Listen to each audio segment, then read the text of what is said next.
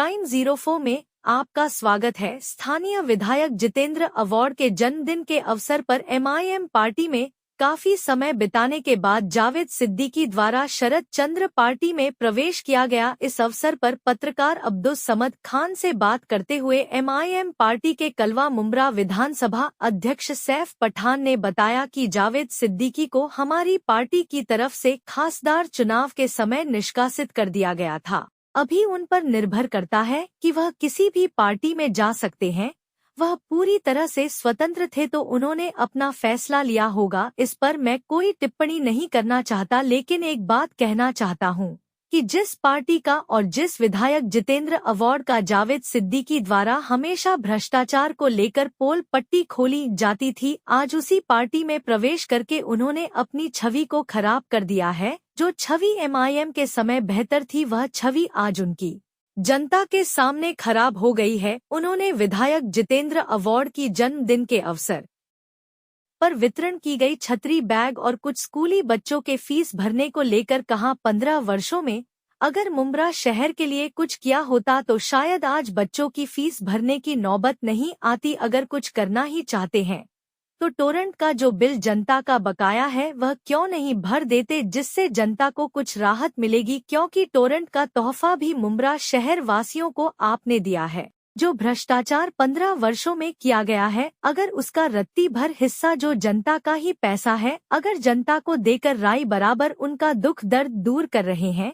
तो उसमें कोई एहसान नहीं है। जो विकास 15 वर्ष में करना चाहिए था वह नहीं किया गया है। बस विकास स्थानीय विधायक जितेंद्र अवॉर्ड का हुआ है। वर्ष 2009 में एक फ्लैट में रहते थे, आज 100 करोड़ के आलीशान बंगले में रह रहे हैं और उनके चमचे भी आज बंगले में और लाखों रुपए की गाड़ियों में घूम रहे हैं, जबकि एक वक्त उनके चमचों का था साइकिल खरीदने की उनकी हैसियत नहीं थी। आज लाखों रुपए की गाड़ी में घूम रहे हैं और आलीशान बंगले में रह रहे हैं। यह सब जितेंद्र अवॉर्ड की मेहरबानी है और शायद वही मेहरबानी का कर्ज अदा करने के लिए उनके चमचे नारेबाजी करते हैं और उनका साथ दे रहे हैं। ऐसी बहुत सी बातों का सैफ पठान ने सनसनीखेज खुलासा किया है जावेद सिद्दीकी को लेकर और स्थानीय विधायक जितेंद्र अवॉर्ड को लेकर क्या कुछ कहा है, देखिए हमारे इस खबर में। सैफ पठान साहब, आज जितेंद्र अवॉर्ड साहब के बर्थडे के दिन जावेद सिद्दीकी ने शरद चंद्र पवार पार्टी में प्रवेश किया है। इस मौके पे क्या कहना चाहेंगे आप? देखिए, मुझे काफी पत्रकारों के कॉल आने लगे कि ये बता करके वहां पर प्रवेश किया गया कि एमआईएम से उनने प्रवेश किया है। तो मैं आपको ये बताता चलूं कि आपको याद होगा कि 2 महीना पहले जब एमपी इलेक्शन हुए थे तो हमने यानी जावेद सिद्दीकी साहब को पार्टी से हटा दिया था, निकाल दिया था। अब वो 2 महीने से हमारे साथ नहीं था। जो कहीं पे भी प्रवेश करते हैं उनका निजी मामला। इसमें एमआईएम का यानी नाम लेकर के सिर्फ एक फेम खाने की कोशिश की जा रही है और आवाम को गुमराह करने की कोशिश की जा रही है। जो शरद चंद्र पवार साहब की पार्टी है उसके जरिए, मुंब्रा के यूनिट के जरिए, कि हमने एमआईएम से इनको लेकर, ऐसा कुछ नहीं है। ऑलरेडी एमआईएम ने उनको निकाल चुका था। वो अपना यानी जाती फैसले से उसमें जुड़े हैं और एमआईएम का सिर्फ नाम लिया जा रहा है। एमआईएम से जो भी फेम हासिल करता है सोशल वर्क के थ्रू आपके साथ में रहता है, बाद में कहीं ना कहीं वो पार्टी छोड़कर एनसीपी पार्टी में ज्वाइन हो जाता है। ये क्यों, इसका रीजन आप बता सकते हैं? देखिए कि ये आप जो बोल रहे हैं ये हमेशा से हुआ है कि लोग हमारे साथ जुड़े पार्टी से, हमारे काफी फेम आ जाता है, उनको नाम आ जाता है, लोग जानने लगते हैं, उसके बाद वो दूसरी पार्टी स्विच करते। लेकिन जावेद भाई के मामले में ऐसा मामला नहीं था। वो ऑलरेडी हमने पार्टी में उनको निकाला हुआ था और वो आज जाकर के जुड़े, तो ये इल्जाम उन पे लगाना मेरे लिए भी जायज नहीं होगा। और उनका एक पहले इंटरव्यू भी हुआ था हमारे मीडिया के माध्यम से कि उन्होंने ऐसा आरोप लगाया था कि सैफ पठान ये कभी भी हमको आगे आने देते नहीं। वो हमेशा हमारी मतलब हम कुछ भी करना चाहते तो हमको रोकते, हमको लाइव आकर काम करने नहीं देते, ऐसा उन्होंने आरोप लगाया था। और खासदारगी में जब उनको टिकट मिली थी, वो टिकट पर भी बहुत सारा एक राजनीति हुआ है, बहुत सारा मतलब आपके और उनके बीच में बहुत बातें भी हो गई। उसके बाद भी उन्होंने एमआईएम से, आपने तो उनको दे दिया, इस्तीफा दे दिया उनको कि आप निकल जाओ बोल के। फिर उसके बाद भी वो सोशल मीडिया पर आके, मीडिया में आके कई सारे आपके खिलाफ उन्होंने बोला है। देखिए, मैं आपको बताऊं, पहली बात तो आवाम भी मेरी ये बात से इत्तेफाक रखेगी और आप लोग भी रखेंगे कि अगर मैं किसी को लाइव आने से रोकूं या किसी को काम करने से रोकूं तो उसके वीडियोस और उसके लाइव मेरे से कम होंगे। जावेद भाई तो हर दूसरे दिन लाइव रहते थे, अगर मैं रोक देता हूं तो कैसे लाइव करते थे एमआईएम में रहते हुए। तो ये झूठे आरोप है, जब कोई पार्टी छोड़ता तो जिस तरीके के आरोप लगाता है, आवाम जानती कि वो कितने लाइव आते थे उतने लाइव तो मैं ही नहीं आता, तो उतनी न्यूज तो मेरी नहीं बनती जितनी उनकी बनती थी। तो ये एक तरह का आरोप है। और देखिए कि एमपी के टाइम पे ये डिसाइडेड था कि हमारे शहर से हम लोग नहीं उतारेंगे। पूरा देश बीजेपी के अगेंस्ट यानी काम करने की कोशिश कर रहा था कि बीजेपी को किस तरीके से हटाया जाए। इस तरीके से पूरे देश भर में एक मुहिम छिड़ी हुई थी, जिसके चलते हम लोग भी यहाँ से हमारी पार्टी नहीं उतारना चाहती थी। ये सडनली ऑल ऑफ सडन हमारी पार्टी से 2 लोगों ने आजाद उम्मीदवारी का फॉर्म भर दिया और उसके बाद हमने उनको पार्टी से निकाल दिया। अब उसके बाद वो कोई भी क्लेम करे, अगर आपने पार्टी के उस पर फॉर्म भरा था तो आपका आजाद उम्मीदवार के नाम से फॉर्म क्यों गया? अगर पार्टी का आपने बोल रहे हो तो अच्छा, पार्टी ने अगर आपको दी तो कौन ने आपको आकर के फॉर्म दिया वहां पर, एबी फॉर्म, उसका खुलासा करे। मैं यहाँ पर प्रेसिडेंट हूँ, पार्टी में जब पूछता हूँ तो पार्टी बताती है हमने किसको दिया ही नहीं। तो ये सब झूठी कहानी रचाई गई है, ये सब झूठी बातें रचाई गई है, ऐसा कुछ नहीं हुआ था। खैर वो अभी जो भी पार्टी में गए उनका बहुत लोग इससे पहले भी गए, एमआईएम से यही पार्टी शरद चंद्र पवार साहब की पार्टी के अंदर बहुत से लोग गए पहले, इससे पहले भी, और आज जानते वो लोग कहाँ है, भीड़ में गुम होकर रह गए। देखते हैं कितने दिन सर्वाइव करते हैं वहां पर। क्यों, मतलब एमआईएम ही क्यों एमआईएम में आते हैं, एमआईएम में फेम हासिल करते हैं, फिर वो कहीं ना कहीं पैक हो जाते हैं एनसीपी के सामने। और पिछले टाइम पे भी जब विधानसभा का इलेक्शन था तो आपका जो उम्मीदवार था वो उम्मीदवार एन वक्त पर पैक हो गया। देखिए पिछली बार जो हो गया और ये इलेक्शन पीरियड में आपको पता होगा कि हर तरफ होता है, हर जगह होता है कि हर पार्टी को यानी स्विच किया जाता है। अभी एमपी के टाइम पे भी हमने देखा कि काफी लोग शिंदे गुट से यानी उदय गुट में जा रहे, काफी लोग यानी ये अजीत दादा पवार गुट से शरद पवार गुट में आ रहे। ये हर इलेक्शन में होता है, तो ये इलेक्शन में होते रहता है। अभी यहाँ एमएलए इलेक्शन होने का, असेंबली इलेक्शन होने का, यहाँ पर एक शरद पवार गुट से यानी विधायक है और उनकी अपोजिशन में सबसे स्ट्रांग जो यानी क्या बोलते हैं अपना पार्टी है वो हमारी एमआईएम पार्टी है। तो उसमें तोड़ चलेगा, कुछ उनके पार्टी से हमारे पार्टी में आएंगे अभी और कुछ हमारे पार्टी से उसमें जाएंगे। तो इसको यानी ये बोल देना कि यानी वो कर रहे हैं और उनके पार्टी के लोग तोड़ रहे सिर्फ एक पार्टी का, ऐसा गलत होगा बोलना। क्या सैफ पठान विधानसभा का चुनाव लड़ेंगे? इंशाल्लाह ताला देखिए, मैंने मेरी पार्टी को मेरी इच्छुकता जाहिर की है। मैंने पिछली बार 2019 में भी जाहिर की थी और इस बार भी मैंने वापस से मेरी इच्छुकता जाहिर की है और पूरी उम्मीद है कि इस बार मुझे टिकट मिलेगी। मेरे पार्टी के वरिष्ठ लोग इस पर ध्यान देंगे इंशाल्लाह ताला। और मैं अपनी ताकत से, जिस तरीके से आवाम ने मुझे सपोर्ट किया है, किस तरीके से मुझे जेल भेजा गया, मुझे तड़ीपार किया गया, जब मैं लौट कर आया तो पूरा शहर उतरा था मेरे वेलकम के लिए, मुझे मेरा इस्तेमाल करने के लिए। उस तरीके मुझे पार्टी को भी उम्मीद है और मुझे भी उम्मीद है कि लोग हमारा सपोर्ट करेंगे इस बार इंशाल्लाह ताला। हालांकि अभी आप कह रहे हैं कि 3 महीने पहले आपकी पार्टी की तरफ से उनको निष्कासित किया गया था, लेकिन फिर भी उनकी तरफ से ये बयान दिया जा रहा था कि नहीं मैं किया हूं, मैं भी लेटर नहीं मिला, ये जो भी है, और फिर भी वो काम कर रहे थे और वो अचानक अभी उन्होंने दूसरी पार्टी प्रवेश कर लिया। क्या आपको लगता है कि किसी प्रकार के एमआईएम को धक्का लगेगा? देखिए इससे किसी को कोई धक्का नहीं लगेगा।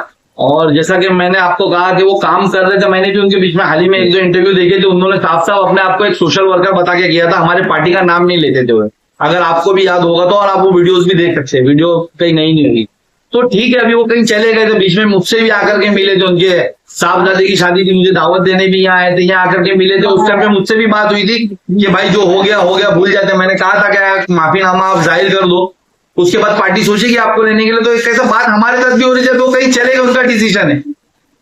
माहौल चल रहा है, अभी विधानसभा का चुनाव 2 महीने बाकी हैं जी, और अभी तो आना जाने का दौर लगा ही रहेगा, खेला लगा रहेगा। अभी एमआईएम का स्टंट क्या है विधानसभा चुनाव को लेकर? देखिए एमआईएम पिछले, आपको याद रहेगा 2014 से लेकर के 2024 तक हमने इस शहर की भलाई के लिए काम किया है। हमने इस शहर में जितने करप्शन यहाँ की सत्ताधारी पार्टी ने की, हमने उसका विरोध करते हुए उनका खुलासा किया है।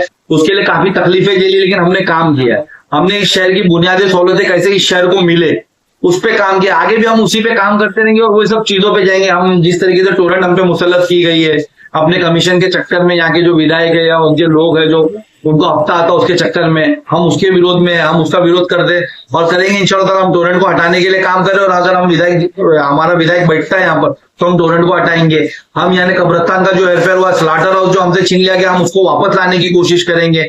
जो रिजर्वेशन के प्लॉट पे इनके जो पार्टी के अध्यक्ष कब्जा करके बैठे, हम वो लाने की बात करें अमूल आने के लिए काम करेंगे। एमआईएम इस शहर की भलाई के लिए बुनियादी सहूलतों पे काम करेगी। जो आजकल इस शहर के अंदर चोर चोर मसेरे भाई अलग होकर के एक पे इल्जाम लगा रहे, उससे हमारा कोई इंटरेस्ट नहीं। टोरेंट का मुद्दा जो है ना शहर के लिए ना हानिकारक हो गया है। हर मध्यम वर्ग आदमी, छोटा से बड़ा आदमी रो रहा है।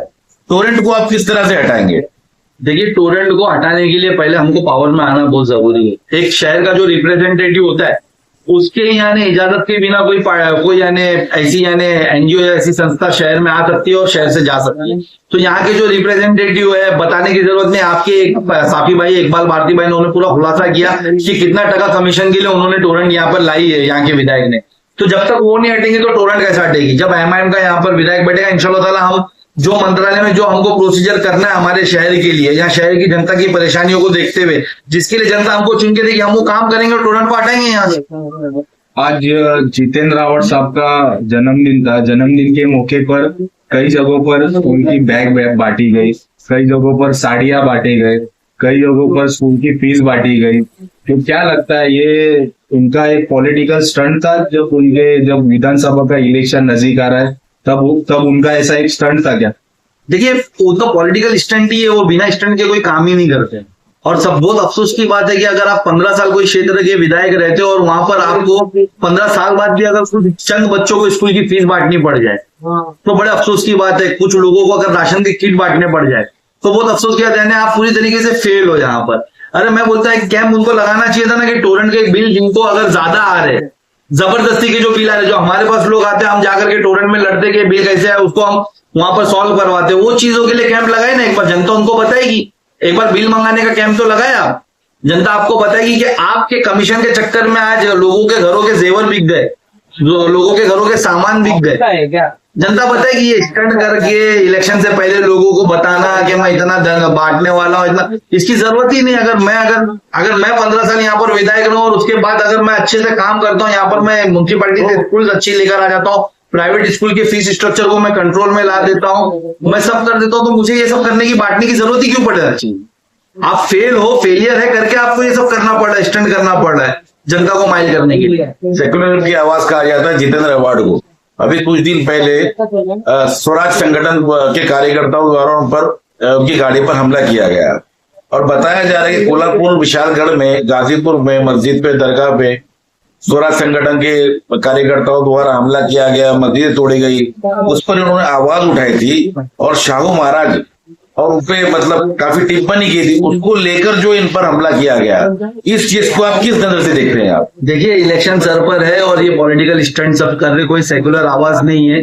अगर ये वाकई में सेक्युलरिज्म मानते और ये शहर करते तो ये शहर का एक सेक्युलर तबके को बहुत यानी राहत मिलती थी। ये शहर हमारा आपको पता है कि मिली जुली गंगा जमुना तहजीब का शहर है। यहाँ पर हर कास्ट के लोग यहाँ पर रहते हैं और शहर किस तरीके से पिछड़ा होते चले गया इनके आने के बाद। तो सेक्युलरिज्म की आवाज बिल्कुल भी मैं नहीं मानता इनको। ये बोल सकते हैं कि आप ये ड्रामेबाज है, ये नंबर 1 एक्टर है, ये एक्टिंग में बहुत अच्छी आवाज है इनको और ये एक्टिंग के चलते ही ये सब होता है कि इन पे हमले होते हैं और ये सब बातें होती है। कभी आप बताइए तो बोलते हैं औरंगजेब रहमतुल्लाह अलैह के शान में भी बोलते, ये तो शिवाजी महाराज की शान में भी बोलते, बाबा साहेब अम्बेडकर की शान में गुस्ताखी करते, उनके लिए भी आने वो करते। तो कैसे सेक्युलर है ये? कौन से यानी कास्ट से सेक्युलर है? मुझे ये बताइए। अवार्ड साहब के ऊपर जब हमला हुआ था उसके बाद उनके कार्यकर्ताओं ने पूरा थाना, मुमरा, कलवा हर जगह के रास्ता रोको आंदोलन शुरू कर दिया था। तो ये कहीं ना कहीं उनका मतलब एक स्टंट ही हो गया समझो। तो आप क्या कहना चाहते हैं इसके बारे में? मैं तो पहले से कह रहा हूँ ना स्टंट। देखिए, अभी इससे पहले वही यानी जो आपने बताया कि जहां पर मस्जिदों के साथ यानी मस्जिद पे हमला हुआ, उसके लिए पूरे यानी मुमरा के लोगों ने मिलकर कैसा शांतिपूर्वक यानी एक साइड में रह करके प्रोटेस्ट किया। यानी यहाँ के हमारे क्रिश्चियन भाई भी उतरे, हमारे हिंदू भाई भी उतरे, मुस्लिम समाज के साथ आकर के सबने विरोध दिखाया कि वहां पर गलत हो रहा है करके। लेकिन जब इन पे वही मामले में हमला होता तो इनके चंद कार्यकर्ता आकर के, हमेशा नौटंकीबाज लोग आकर के रास्ता रोक देते, लोगों को तकलीफ देने का काम करते। तो उस वक्त ये लोग कहाँ थे? अगर इनको इतनी तकलीफ हुई थी तो उस वक्त दिखानी चाहिए थी तकलीफ। तो ये सब एक्टर लोग है भाई, ये सब यानी सेटअप करके काम करते, हर बार आकर के रास्ता रोक देना, हर बार ये कहानी पिछले 15 सालों से मुमरा की आवाम देखी रही कि इन पे जबरदस्ती का कोई हमला हो जाता है, इनको जबरदस्ती की कोई धमकी आ जाती है जिसके लिए इनके लोग उतर के रास्ता रोक देंगे, ये रोक देंगे, एक्टिंग चलती है और बाद में वो चीजें खत्म हो जाती है। विधायक जितेंद्र अवार्ड लगातार 3 टर्म से कलवा मुमरा क्षेत्र के विधायक रहे हैं। और आप किस तरह से उनको पटकनी देंगे? देखिए, मैं नहीं, इस बार इस शहर की आवाम उनको पटकनी देगी। जो इन्होंने शहर के साथ किया है, जिस तरीके से इन्होंने शहर को लूटा बर्बाद किया है, इस शहर की आवाम देगी। जैसे आपने पता होगा, स्लाटर हाउस हमारा बेचकर खा गए, कब्रिस्तान का हेरफेर हो गया, हॉस्पिटल प्राइवेटाइजेशन करने पे तुले हैं, हमारे यानी टोरेंट रोप ला करके हम पे मुसल्लत कर दी गई, लोगों के यानी आज लोगों की यानी इनकम उतनी नहीं जितने उनके लाइट बिल हो गए। तो ये सब जो रीजंस है, ये सबको देखते हुए आवाम इनको पटकी देगी इंशाल्लाह ताला, और एमआईएम ही उनका यानी प्राय बनेगी। सैयद भाई, एक लास्ट सवाल, जावेद सिद्दीकी जाने का आपको दुख हुआ है? देखिए, दुख बोले तो कैसा, जावेद सिद्दीकी भाई हमारे साथ काफी अटैच थे, उन्होंने हमसे काम किया। हमको तो दुख 3 महीना पहले हो गया जब हमने उनको पार्टी से निकाला था। अब वो कहाँ जाते हैं, उससे क्या कर सकते हैं हम। उस वक्त हमको दुख हुआ था कि उन्होंने एक बहुत गलत काम किया, पार्टी के अगेंस्ट जाकर के उन्होंने फॉर्म भरा, जिस वजह से हमको उनको निकालना पड़ा था। उस वक्त हमको काफी दुख हुआ था। आज तो यानी वो जाते नहीं जाते हमारे लिए एक ही बात। क्या अगर उनके साथ वहां पर धोखा हुआ तो आपके दरवाजे खुले रहेंगे उनके लिए? एमआईएम के दरवाजे इस शहर के हर एक पर्सन के लिए खुले हैं। जो भी जिसको भी लगता है कि सामने जिनके साथ आज वो है वो गलत है, उसने हमारे शहर का कब्रिस्तान बेच के खा गया, टोरेंट हमारे शहर में लाया, हमारे शहर को बर्बाद किया है, वो चोर है, वो एक इजरायली सोच रखता है। जो भी यानी सोचता है वो हमारे पास आना चाहेगा, उसके लिए हमारे दरवाजे खुले रहेंगे।